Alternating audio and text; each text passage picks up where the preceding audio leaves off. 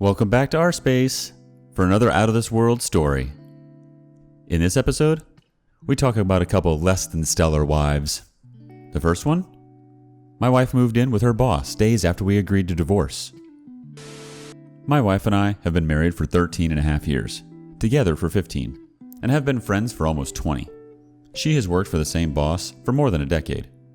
Over the past 9 to 12 months, I've had the feeling that something was off in our relationship. To be fully honest, our intimate life has been non-existent for some time before that, but she seemed happy and I had been willing to make sacrifices that were challenging for me if it meant a successful marriage. However, in the last year, things started to change. I noticed that she was getting home from work later and later as time wore on. Not enough to immediately set off alarm bells, and her business was growing rapidly, but it definitely started to make me worry. My attempts to engage in conversation were often met with simple one-word answers or nothing at all, often with the excuse of being tired and having a really long day. Before long, she was settling down for bed at 8:30 p.m. She'd always been a night owl. Then it was 8, then 7:30, then 7. She kept taking side jobs that had her staying at friends' houses for days at a time while they were out of town. I had the distinct feeling that she wanted to be anywhere besides around me. I finally worked up the courage to have the talk about 2 weeks ago. I was shocked and gutted to find out that she was so far into processing her discontent with our relationship that she brought up a divorce within the first couple minutes. I asked if she wanted to fight to fix our marriage. She said she thought it was beyond fixing. Despite every bone in my body wanting to fight, I didn't have it in me to drag her through a counseling process if she wasn't invested. I won't begin to pretend I don't share fault in the failure of our marriage, but I wasn't about to stand in the way of what she wanted. We agreed the next day to a divorce, but both stated we wanted things to be amicable, even split of everything, no lawyers, simply a new beginning for both of us. Fast forward 2 weeks. All of our personal belongings and assets have been separated and divided. Most of my close friends, family, and coworkers know what is happening, but she continued to avoid telling her social circles and was extremely concerned that something would appear on social media. Yesterday, I moved out into my own place. Today, I received an unexpected text message from her boss's wife. At first, I thought it was simply reaction to the divorce and that my wife had finally shared details with her coworkers. However, I was shocked and horrified to find out that my wife and her boss were moving in together and he had announced he was leaving his family. They both swear that there has been nothing between them besides friendship until they realized in the past few days that they were in similar places in their marriages. Alas, this brings me to my emotions. First, I feel unfettered anger at my wife.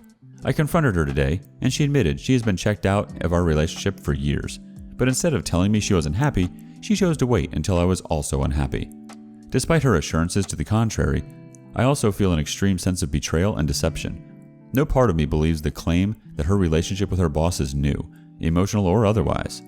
Even recent actions, the requests to avoid social media, the intentional steps taken to prevent coworkers from learning the truth, the insistence that everything remain amicable, it all plays like a deliberate setup to avoid any conflicts until we had physically split everything we had and I moved into a new place. Find out from the boss's wife was extra salt in the wound, especially when she shared details from her relationship, which made it eminently clear that something had been going on for a long time. All of this brings me to the million-dollar question. We have 2 more tasks which must be completed with both of us physically present, not including court proceedings for the divorce. After which I have told her I have no desire to see her or speak to her again.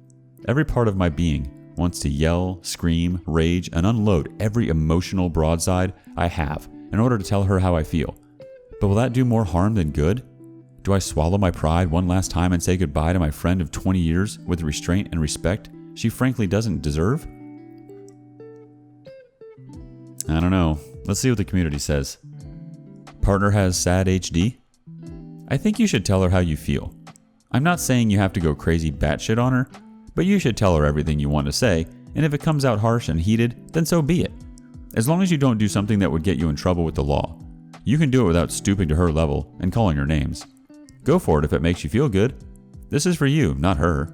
You are allowed to let her know how you feel betrayed by her. It won't change anything, but if you don't do it, you may feel like something in the process isn't complete. You won't necessarily get closure from it.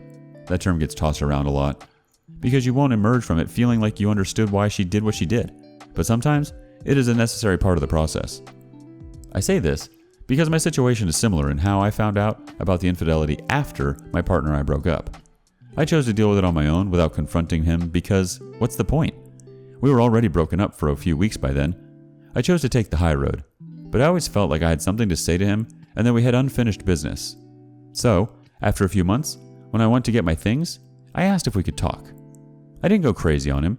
I only told him that I knew about him being online and seeing other women, and how one woman came forward to me. I felt good after finally getting all that out, but honestly, I wish I had done it sooner. Having that talk later down the road only delayed the start of my healing process. I realized I was waiting to have the talk before finally moving on. I'm doing better now, and I'm glad I did have the chance to say what I had to say. But I regret putting on a brave face and not saying anything sooner. Being civil and taking the high road sounds noble, but sometimes you just gotta do what is right and feels good for you. So get out everything you want and need to say. I believe you can do so without it turning ugly. If you get a little emotional, it's fine. Do it so you can move on with your life and let the healing begin. Our next comment from PencilNeck1701. I believe a consultation with an attorney may bring forth some alternate schemes to make her world and his a little less comfortable. Find out if your state has alienation or affection statutes. My firm, based outside the US, had clients that were married in an alienation of affection state. The wife had left her husband for her employer. They seemed to take utter joy in destroying her soon-to-be ex-husband's life. We discovered the statutes and had a spy or two in the wayward spouse's office. One fine morning, the other man and the wayward wife are canoodling in the office when our process server arrived. According to our spy, they had a small laugh when they were served. They were feeling invincible. Our suit was for 10 times the business net worth, as well as the other man's. Millions and millions. He apparently casually called his attorney. Apparently, a minute or so into the conversation, he walked out of his office, into Wayward Wife's, and what was heard was, "Your gosh darn ex is suing me out of my business and into the poorhouse. My lawyer says it is an open and shut case, in his favor." She gets down to reading what she is being sued for, and it is his divorce filing. He is suing under the state adultery statutes, and she loses the house and her finances, and she will be paying him alimony. In a panic, she calls her ex.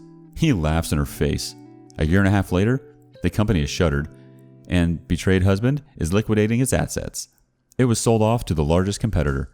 The other man has his house up for sale and has signed over most of his investments.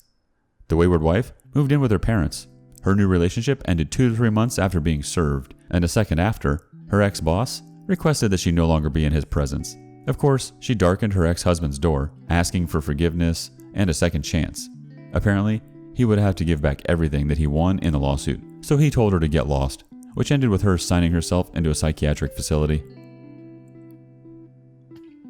E.L. Bakes says, "Destroy her. It will make you feel better for a few minutes. Or, give her what she wants, then you'll still feel like crap and will feel weak for being walked over." I'd go with option 1. Start by not even turning up to the 2 remaining parts of the divorce that need to be handled face to face. In light of new information, see if you can go back and redistribute the assets based on her being a cheating mole. Get evidence of their affair. HR, emails, boss's wife testimony, and take it to a lawyer who is really spiteful and aggressive. Make it impossible for them to be happy. Then hook up with the boss's wife. Not sexually or maybe sexually. Develop a relationship with her to benefit you by having someone to confide in, but also to get under the skin of the soon-to-be ex-wife and a-hole boss. Destroy them both. Destroy them. Revenge feels so dang good. I fully expect this post to be removed, but I feel okay venting on the OP's behalf. And now for the second less than stellar wife. The wife was caught sexting other men. 33 male here. Sorry in advance for any mistakes, I am on mobile. So here it goes. On Saturday night, my wife and I went on a date without the kids, and she brought up the topic of opening up our marriage. I was not expecting that to ever come out of her mouth because she always told me she would never share me with anyone. I was violently thrown out of my comfort zone. I still had the conversation with her to find out what this may look like for us, what she is looking for, how she is looking to grow from this, etc. She really didn't have any good answers to any of these questions. This was a red flag for me because usually my wife has researched a topic inside and out, but with this, I think she literally said something along the following: "While we are young, let's screw." This is extremely out of character. So I gave her my reservations and told her I would think about it, like how to deal with jealousy. Is this something that could be good for both of us? What are the boundaries, etc. The next day, I brought it up again. I told her I was very happy she felt comfortable enough with me to discuss her needs and desires. I said I would be willing to attempt something, but it would need to be something we engage in as a couple, i.e. swinging with another couple we are comfortable with. I also told her I would not be comfortable with us going out on our own to look for connections, so no one-on-one with anyone, things of that nature. She started to backpedal and just said, well, I guess it's something we won't do, and I will be fine with it. So here's another red flag for me. I started to feel that she may already have someone in mind, or worse, has already engaged in that activity without bringing anything to me first. The feeling kept eating at me, and I know I should not have done it, but while she was sleeping last night, I took her phone. I read through some recent messages with a coworker of hers, and it seemed a little flirtatious, but hey, I can see that peppered in when you spend that much time with someone. So I moved to Reddit. I checked what she posted, and it was a few pictures of herself on Rate Me.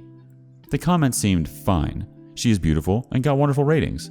Some comments were a little racy, but she hadn't responded to them, so I thought nothing of it.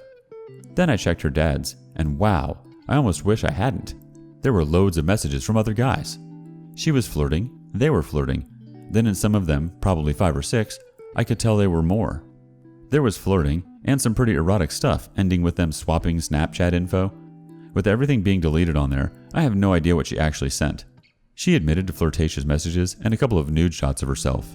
She says nothing ever got physical, and that she created this fantasy for herself so she could harbor attention from others for who she is now. Then, I found another message again, very much of the same, and he started asking her what made her want to work on opening her marriage. Her response ripped my heart out. She said she had an affair with someone at work, and that I do not know about it. Then goes on to say it awakened a newfound sexual exploration for her, and that it was lucky for me. The rest of it just ended with them getting on Snapchat. I confronted my wife last night because I could not sleep. She claims it was all a fantasy to make herself feel better about herself and who she has become. She said it has nothing to do with me or our relationship, or anything lacking in our relationship, but it sure as hell does not feel that way. When I asked her about the message she wrote admitting her infidelity, she said that it was something she made up to tell the man that she was messaging. She said she created a story and sold it to him. I don't buy it though. I feel so betrayed, confused, lonely, and angry with her. We have 2 kids, and it would be a messy divorce, but I do not believe I will ever be able to trust her again. Does anyone have any advice for me or going through a similar issue? Sorry this was long, but I have been on 0 sleep and sitting at my desk, at work, trying not to cry typing this. Thanks in advance. Enigmatic says, better to separate now before it gets worse. The emotional and psychological harm to your kids would be lifelong if you stay together with so many issues. Everything she did there was not just a red flag, but red alarms blasting everywhere. She's a liar, and a quite obvious one at that. I'm sorry to say, but she did have the affair and is just lying to you. For the sake of your sanity and children, I would start building a life of independence. At least try a separation and see how it goes. Screenshot those messages if you still can and send them to yourself. Or open them up and take pics with your own phone. That could be very helpful if you decide to get a divorce. I'm sorry you're going through this. I've been through something similar and it's agonizing. The best thing I ever did was end it and move on. No kids and not married. We were engaged. Best of luck, friend, and please see a therapist when or if you can. Do not bottle any of this up.